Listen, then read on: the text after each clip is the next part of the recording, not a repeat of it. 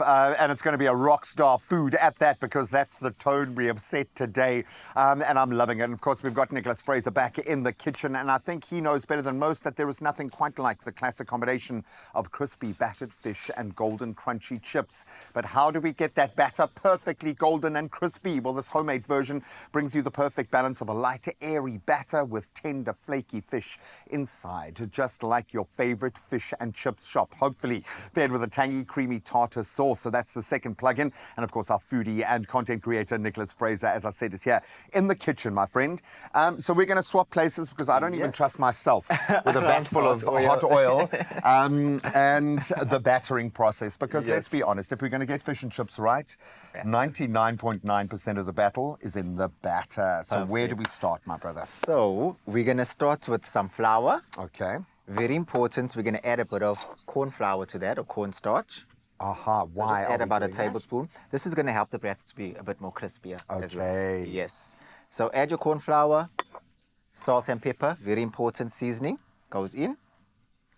Then this is the important trick to get it nice and crispy. We're going to use sparkling water or soda water. Get out. Into your batter. Wow. That's going to add an amazing...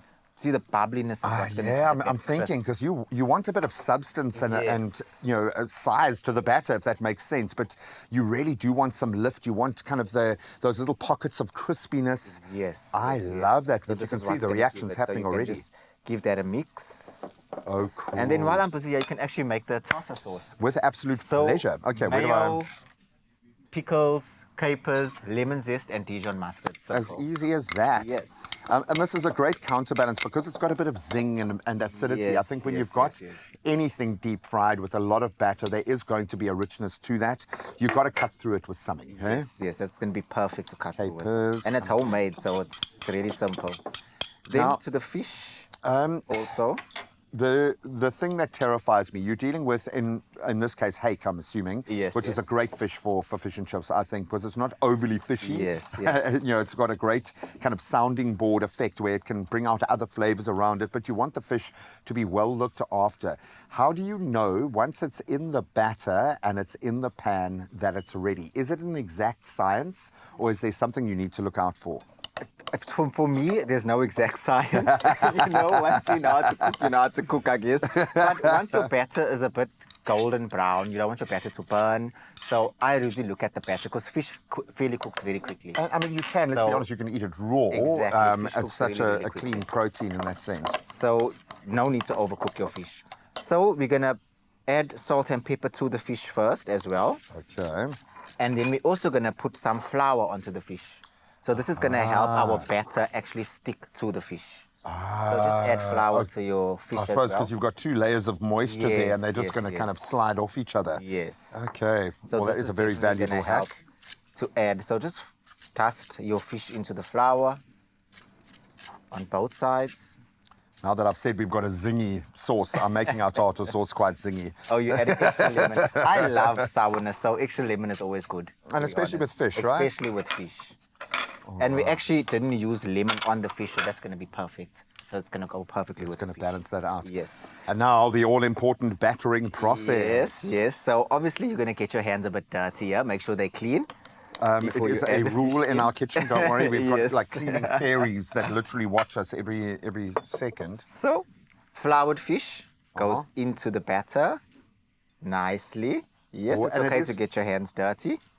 It's all right. One would expect you to roll up your sleeves for this one. And I see the batter is actually quite thick, which I'm guessing helps. Yes, because we want a bit of that thick batter on the outside. Not too thick, that's why it's runny. So it's going to be perfect. Now let's make sure our oil is hot, but not too hot, because we don't want to burn the fish. Okay.